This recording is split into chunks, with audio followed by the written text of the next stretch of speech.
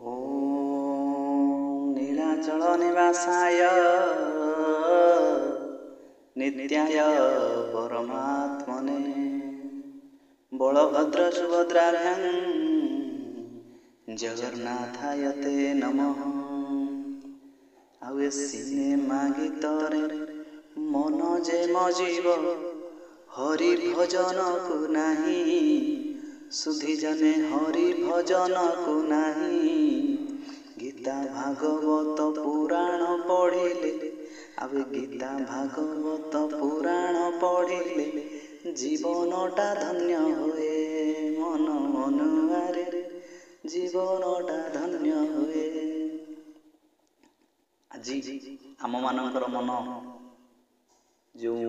रंगीन दुनिया बा सिने जगत जा मरीचिका पछरे आमे समस्ते थाइछे। ए जो हमर गीता अध्याय चलीछि से गीता अध्याय भीतर आमे प्रवेश करियो कहार हमर इच्छा हो। क्षेत्र क्षेत्रज्ञ विभाग जो कोन क्षेत्र कोन क्षेत्रज्ञ कोन केउ भली भाव रे यार विभाजित होईछि कौन कले आम उद्धार करे। जो सब टॉपिक गुड़ा अच्छी ए सब जिनस दरकार नहीं खाइबा पीबा तापर चली एठाई होची हमर लक्ष्य चली फलरे खाइबी फल पिंधिबी भलरे सोइबी सब हमर भल दरकार किंतु हमर आत्मिक कल्याण पई जो भल जिनस दरकार सेटा को हमें चाहू जीवन रे सद्गुरुंकर शरणापन्न होउनु भगवान नाम आम नौने कहीं नाम भितर ही भगवान विराजित अच्छा। तेणु आम जिते नाम नवा कौ भाई नाम हरे कृष्ण कृष्ण कृष्ण हरे हरे हरे राम राम राम एमती हम हरे से जो राधा रानी जो 8टा शक्ति अच्छा से महामंत्र भितर दे किसी अच्छा जहाँ भी होना कहीं आम निजर आत्मिक कल्याण दिगरे निजको नहीं जिबा से आत्मिक कल्याण भीतर देकरी जेतबळे आमे पहुँचीबा सेतबळे सर्वप्रथम होउचंती हमर भागवत पाठ तापर आउ होउचंती कोन ना भगवानकर मुखारबिंद बा मुखर से जो रस सदृश श्रीमद् भगवत गीता जहाँ कि निहाती आवश्यक प्रत्येक लोक मान खाली जे पुरुष माने पढ़िबे नारी माने पढ़िबे नहीं ता समस्त याको पढ़िबे दरकार समस्त बुझिबा दरकार कहीं आमके शरीर तो गोटे प्रकृति मिली ये गोटे पुरुषर शरीर ये गोटे नारीर शरीर किंतु नारीर आ पुरुषर शरीर जो बात हो जाए से आम एक से आत्मस्वरूप आम जीवात्मा भगवान अंश विशेष यही जो सब कथा विषय वस्तु भितर अच्छी आमर क्षेत्र क्षेत्रज्ञ विभाग जोग 13 अध्याय। तेणु आसतु गुरु गोविंद चरण कमल को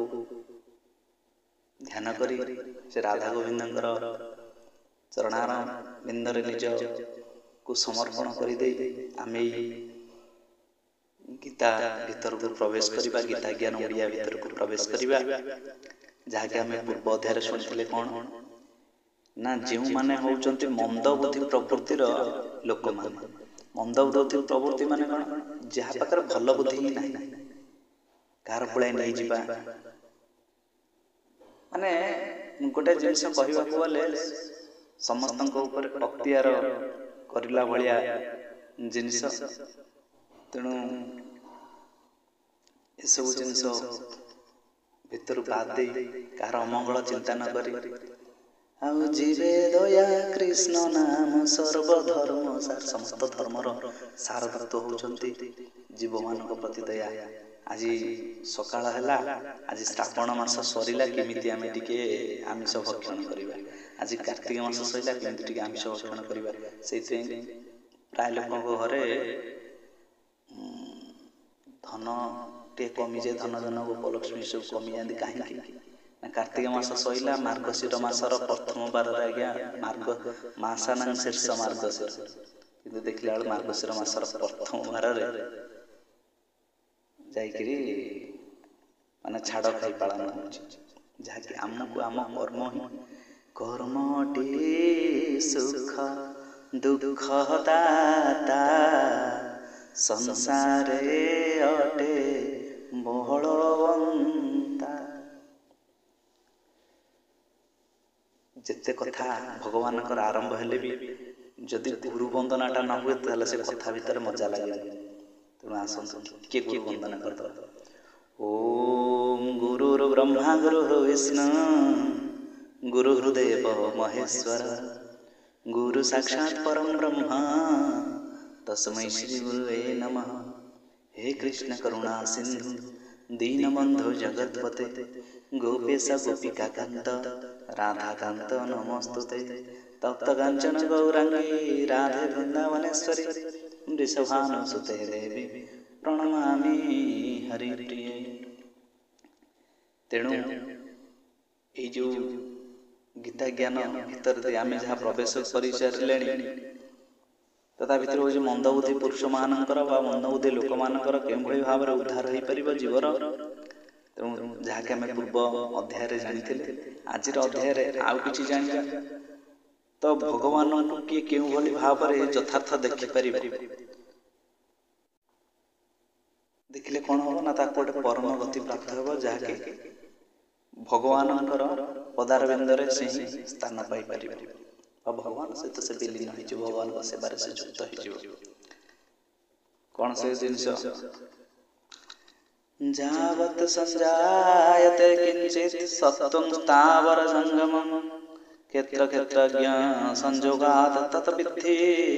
भरतर्षभ। हे अर्जुन जेते सब स्थावर जंगम प्राणी उत्पन्न होती से सब तुम्हें क्षेत्र और क्षेत्रज्ञ संजोग ही उत्पन्न होती बोली जान।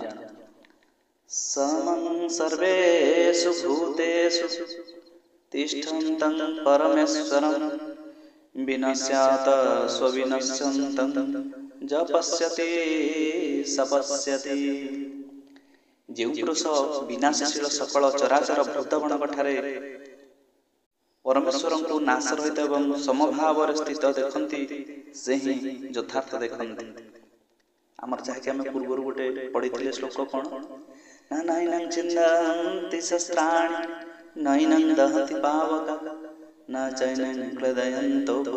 न शोषयति मारुता। जेति आत्मार कौन विनाश ना से अमर अविनाशी चिरंतन सत्य। तेणु कहीं आत्मा हूँ परमात्मा अंशविशेष जेन भाव में परमात्मा अंशविशेष नाश ना से भाव में परमात्मा ही कौन विनाश ना से सकल जीवन ठारे भगवान स्थिति को अनुभव कर पारती से सबुठी भगवान स्वरूप को दर्शन कर पारती। आउ भगवान होते अविनाशी ये सब जिनस भाविक से परमेश्वर भजन कीर्तन करते से ही यथार्थ ही प्राप्त होता है कृष्ण पदारविंद को प्राप्त होता। समपश्य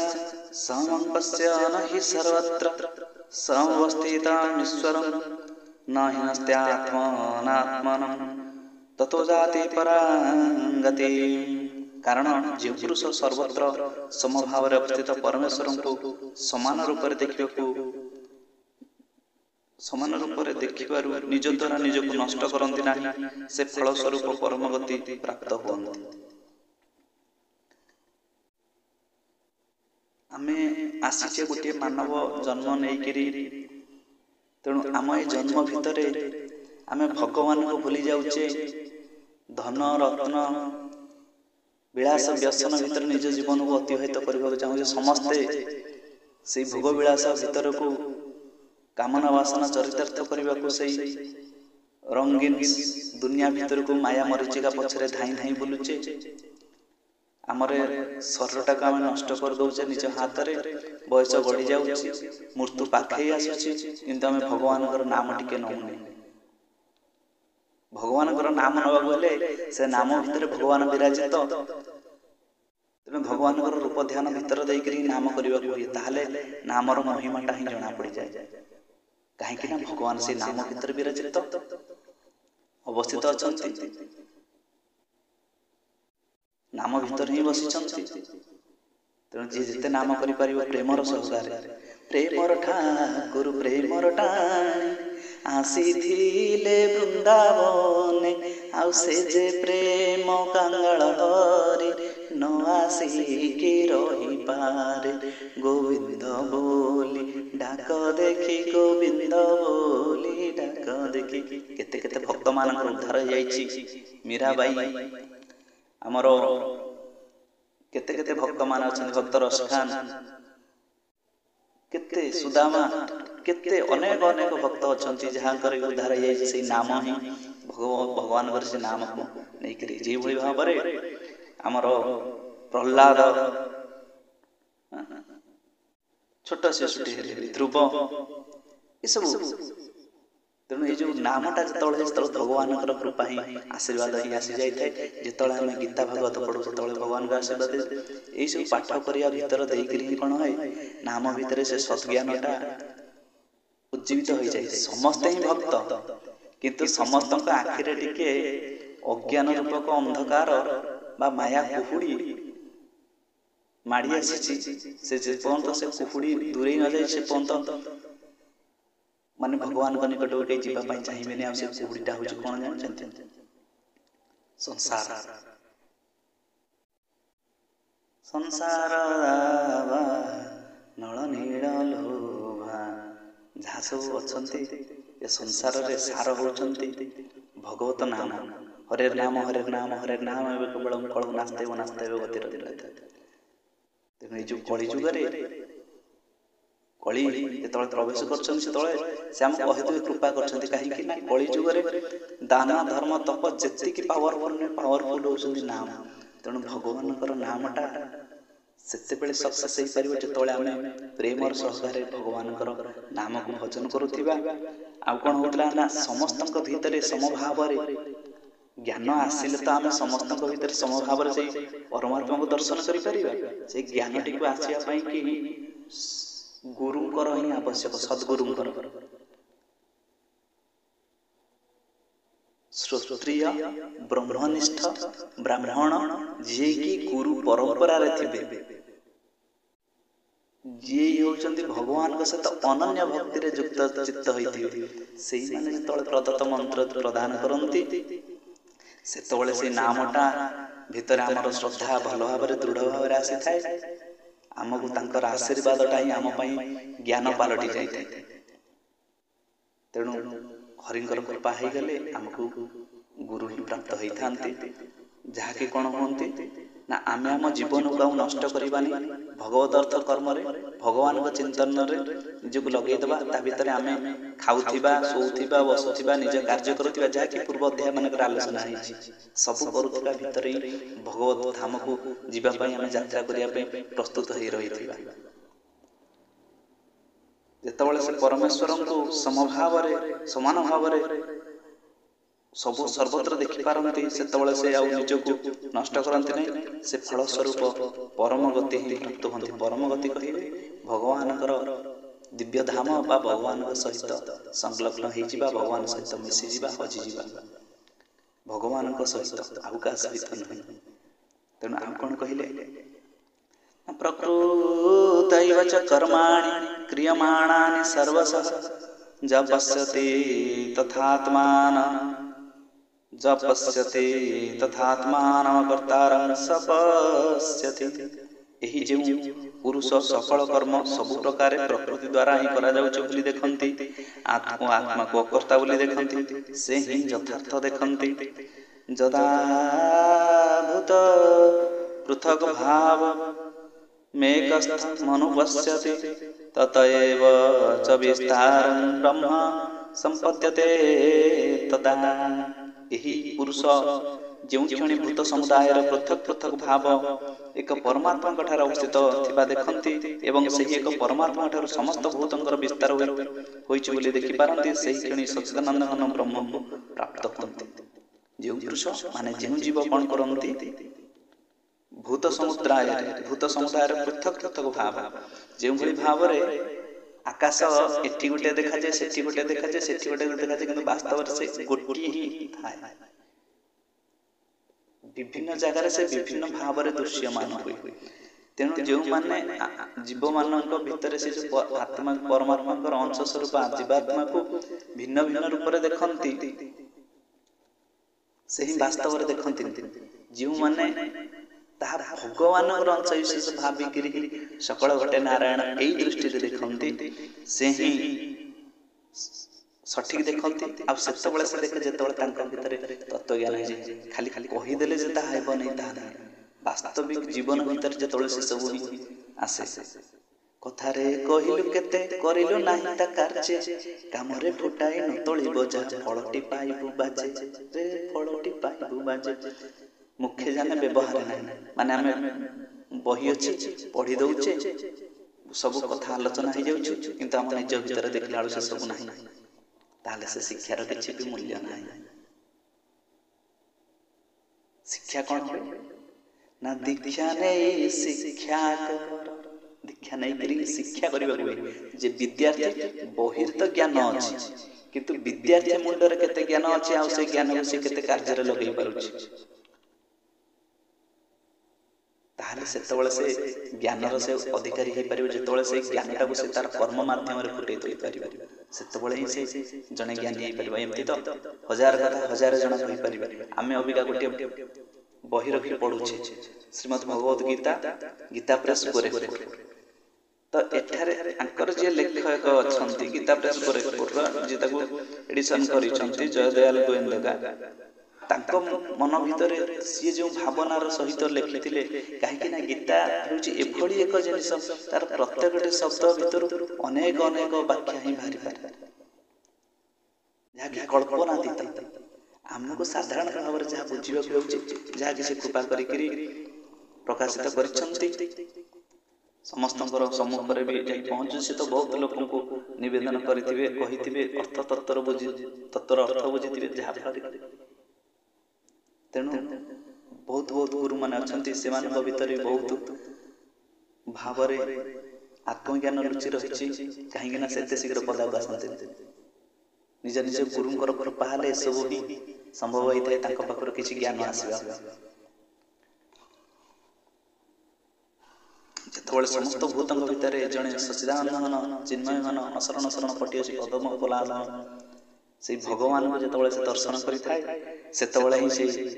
ब्रह्म को ही तार जीव जो त्याग करते ब्रह्म को ही प्राप्त होता है। भगवान पदार बिंदर से मन को निवेश कर भगवान सहित लीन हो जाए तार मोर शरीर टे कि तार जीवात्मा भगवान सहित संयुक्त हो जाए। अनादित्यानि निर्गुणत्वात् परमात्मा अव्यय शरीरोस्तोऽपि कम्तये न करोति न लिप्यते। हे अर्जुन अनादि होइथिबारु निर्गुण होइथिबारु ए अविनाशी परमात्मा शरीर रही मध्य वास्तव में किसी करती ना कि कौन से लिप्त हुअंती ना कहीं आम गोटे पावर दि जाए आम कर्म करवा आम कर्मटा ही आमको सब किसी दे थाए। तेणु ये कौन हो जीवात्मा को ये जो अनादि हे अर्जुन अनादि हो निर्गुण होई अविनाशी परमात्मा शरीर रे रही मध्य वास्तव में किसी करती ना कि कौन से लिप्त हुअंती ना तार सुना सगड़ी आसीब मोर दांड दुआरे लागिब घर दुआर सबु तमोर चंदन बासीब मुकला माधव मो पाई आसीब मुकला माधव सते कि आसीब। आत्मा और परमात्मा जो मिलन हो भगवान जान बा वैकुंठ धाम जो आसे जान से जान आसी से परमात्मा को जीव किंतु ता पूर्व आमको जो मानव शरीर भितर जो तत्व मिलवाई जो गोटे सुपर चांस दि जाए से चांस टाक आम जी मिस करदे ताहले आमर जीवन बर्था होगा जहाँकि आम कहते सिनेमा गीत में मन जे मज गोटे भल म्यूजिक पड़ुची गोटे भल सिनेमा अच्छी गोटे कौटी उलग्न नाच हो आम मनटा से जगह प्रवेश कर जिते सब हो ଯେତେବେଳେ ଆସିଯିବ ଭୋକ, ଏଇ ନାଟ ତାମସା ଦେଖିବା ଭିତରେ ଭୋକ ଆସିଯାଉଛି, ତାକୁ ଆଉ ନାଟ ତାମସା ଭଲ ଲାଗିବ, ସେ ଭୋକ ଭିତରକୁ ଆସିବ କେମିତି ଗଣ୍ଡେ ଖାଇବି କୋଉଠି। ଯେତେବେଳେ ଭୋକ ମେଣ୍ଟିଗଲା, ଆଖି ତୃପ୍ତି ହେଇଗଲା ସିନେମା ଗୀତରେ, ମନ ଭରିଗଲା, ଯେତେବେଳେ ଭୋକ ଗଲା ସେଠୁ ମନ ହଟି ଆସି ପେଟକୁ ଆସିଲା କେମିତି ଦାନା ଗଣ୍ଡେ ଖାଇବି, ସେତେବେଳେ ପେଟ ପୁରିଗଲେ ଆସିଯିବ ନିଦ୍ରା, କେମିତି ଟିକେ ଶୋଇବି। କିନ୍ତୁ ଯେତେବେଳେ ଆତ୍ମଜ୍ଞାନ ହେଇଯିବ ସେତେବେଳେ ନା ଥିବ ଭୋକ, ନା ଥିବ ଶୋଷ, ନା ଥିବ ରଙ୍ଗୀନ ଦୁନିଆର ମସଗୁଲ ଜୀବନ। କାହିଁକି ନା ଯେମିତି ପରୀକ୍ଷିତ ମହାରାଜ ଜାଣିଦେଲେ ମତେ ତକ୍ଷକ ଦଂଶନ କରିବ 7 ଦିନ ଭିତରେ,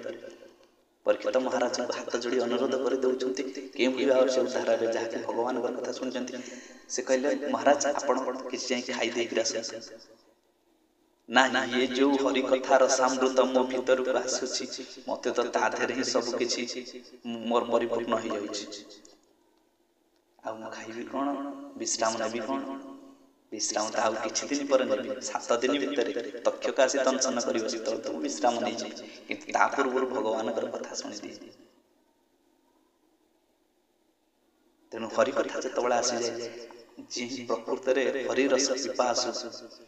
ସେ ଯେତେବେଳେ ଭଗବାନଙ୍କର କଥା ଶୁଣିବା ପାଇଁ ଆସନ୍ତି, ସେତେବେଳେ ତାଙ୍କ ଭିତରୁ ନିଦ୍ରା ହଜିଯାଇଥାଏ, ଭୋକ ମରିଯାଇଥାଏ, ଆଉ ସେ ସିନେମା ଗୀତରେ ମନ ନ ଲାଗି ପ୍ରଭୁଙ୍କର ଚରଣାରବିନ୍ଦରେ ମନଟି ଲାଗି ଯାଇଥାଏ। ସେ ଭଗବାନଙ୍କର ନାମ ନେଉଥାଏ, ସେ ଦୀକ୍ଷା ଗ୍ରହଣ କରେ, ସେ ଗୁରୁଙ୍କର ଶରଣାପନ୍ନ ହୁଏ, ସେ ଭଗବାନଙ୍କୁ ପୂଜା ଉପାସନା କରେ, ଆଉ ସେ କେବେ ହେଲେ ଗୁଣି ଗାରେଡ଼ି ଏସବୁ ଜିନିଷ ଭିତରକୁ ଯାଏ ନାହିଁ। ତେଣୁ ଭଗବାନ ଆମ ଜୀବ ଭିତରେ ସବୁ କିଛି ଥାଇ ସେ କୌଣସି କର୍ମରେ ଲିପ୍ତ ରୁହନ୍ତି ନାହିଁ। ଜୀବାତ୍ମାର ଉଦ୍ଧାର କେମିତି ପରମାତ୍ମା ସହିତ ସଂଲଗ୍ନ ହେବ, ସେଥିପାଇଁ ଶରୀର ହେଉଛି ଗୋଟେ ମାଧ୍ୟମ, କ୍ଷେତ୍ର କ୍ଷେତ୍ରଜ୍ଞ। এই যে କ୍ଷେତ୍ରଟାକୁ ଆମେ କେଉଁଭଳି ଭାବରେ ଚାଷ କରିକି ଫଳ ତାଥିରେ ଉତ୍ପାଦନ କରିବା, ତାହା ହିଁ ହେଉଛି ଆମର ଏ ଯେଉଁ କର୍ମ ଆମେ କରୁଛେ। ଜୀବାତ୍ମା ପରମାତ୍ମା, ଜୀବାତ୍ମା ତାର ସବୁ କିଛି କରିଚାଲିଛି, କାହିଁକି ନା ପରମାତ୍ମା ସହିତ ମିଶିଯିବ। ତେଣୁ ଭଗବାନ ସମସ୍ତଙ୍କ ଭିତରେ ଥାଇକରି ସେ କିଛି କରନ୍ତି ନାହିଁ, କୌଣସି ଜିନିଷରେ ତାଙ୍କର ସବୁ ଜାଣିଥିଲେ ବି ସେ କୌଣସି ଜିନିଷ ଭିତରେ ସେ କଣ ହନ୍ତି ନା ଲିପ୍ତ ହୁଅନ୍ତି ନାହିଁ। ଆଉ କଣ ହେଇଛନ୍ତି ନା ଯଥା ସର୍ବଗତଂ ସତ୍ମାଦ୍ୟକାଂଶ ନୋପଲିପ୍ୟତେ ସର୍ବତ୍ରାବସ୍ଥିତ ଦେହେ ତଥାତ୍ମାନୋପଲିପ୍ୟତେ। ଯେପରି ସର୍ବତ୍ର ବ୍ୟାପ୍ତ ଆକାଶ ସୂକ୍ଷ୍ମ ହୋଇଥିବାରୁ କାହା ଦ୍ୱାରା ଲିପ୍ତ ହୁଅନ୍ତି ନାହିଁ, ସେପରି ଦେହରେ ସର୍ବତ୍ର ଅବସ୍ଥିତ ଆତ୍ମା ନିର୍ଗୁଣ ହୋଇଥିବାରୁ ଦେହର ଗୁଣମାନଙ୍କ ଦ୍ୱାରା ଲିପ୍ତ ହୁଅନ୍ତି ନାହିଁ। ଯଥା ପ୍ରକାଶୟ ତ୍ୱେକ କୃଷ୍ଣଂ ଲୋକମିମଂ ରବିଃ କ୍ଷେତ୍ରଂ କ୍ଷେତ୍ରୀ ତଥା କୃଷ୍ଣଂ ପ୍ରକାଶୟତି ଭାରତ। हे अर्जुन, जेपरि एक ही सूर्य समस्त ब्रह्मांड को आलोकित करिथाए, सेहीपरि एक ही आत्मा समस्त क्षेत्र को आलोकित करे। क्षेत्र क्षेत्र ज्ञयोरेव मंतरं ज्ञान चक्षुषा भूत प्रकृति मुख्यं च जे विदुजान्ति ते परम जीव पुरुष माने। एपरि भावरे क्षेत्र क्षेत्रज्ञ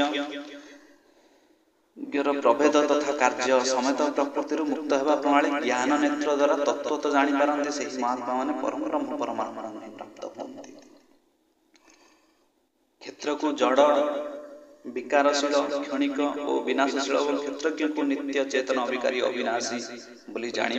से प्रभेद को जानी। तेणु जो पुरुष माने ये जो आत्मा को साधना करती जो शरीर क्षेत्र में चाष करते माने कौन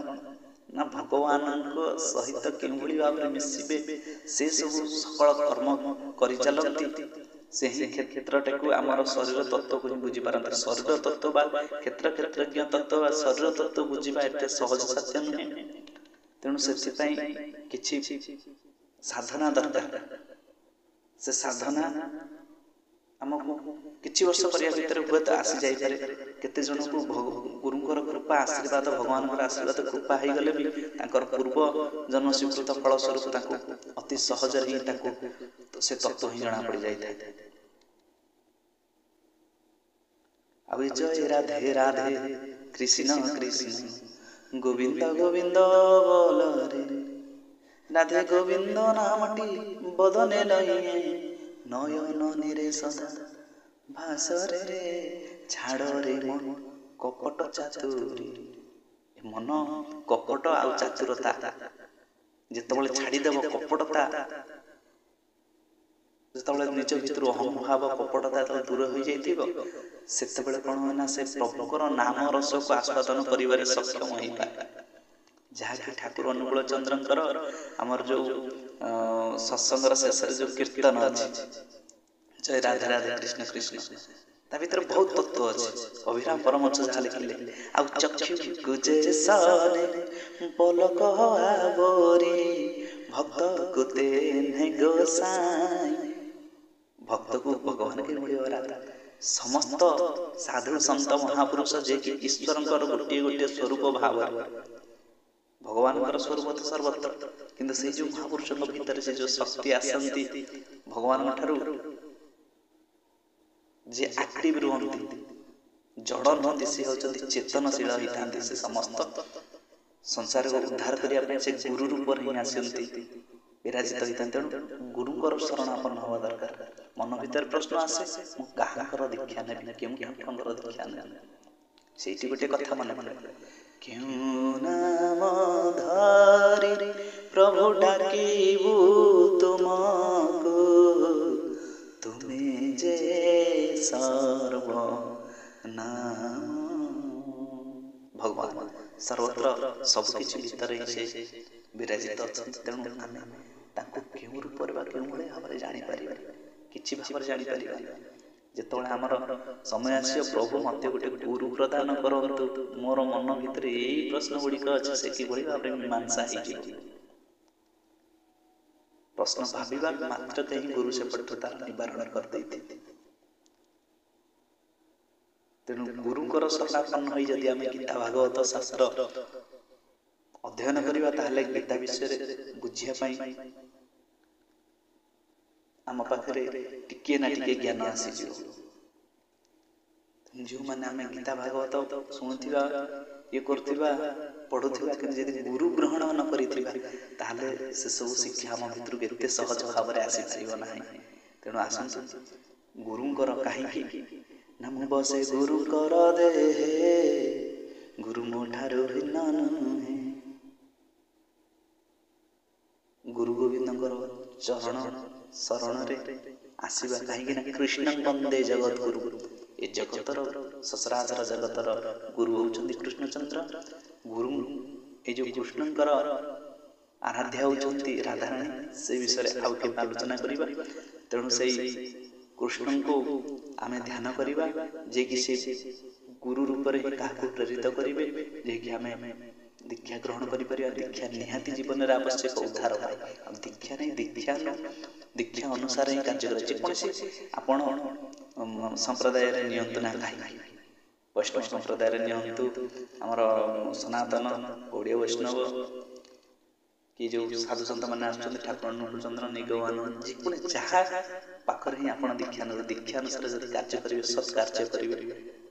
ତାହେଲେ ଜୀବନ ଉଦ୍ଧାର ହେଇପାରିବ ଜୟ ଜଗନ୍ନାଥ ଜୟ ଜଗନ୍ନାଥ ଜୟ ଜଗନ୍ନାଥ ଜୟ ଶ୍ରୀ ରାଧେଶ୍ୟାମ।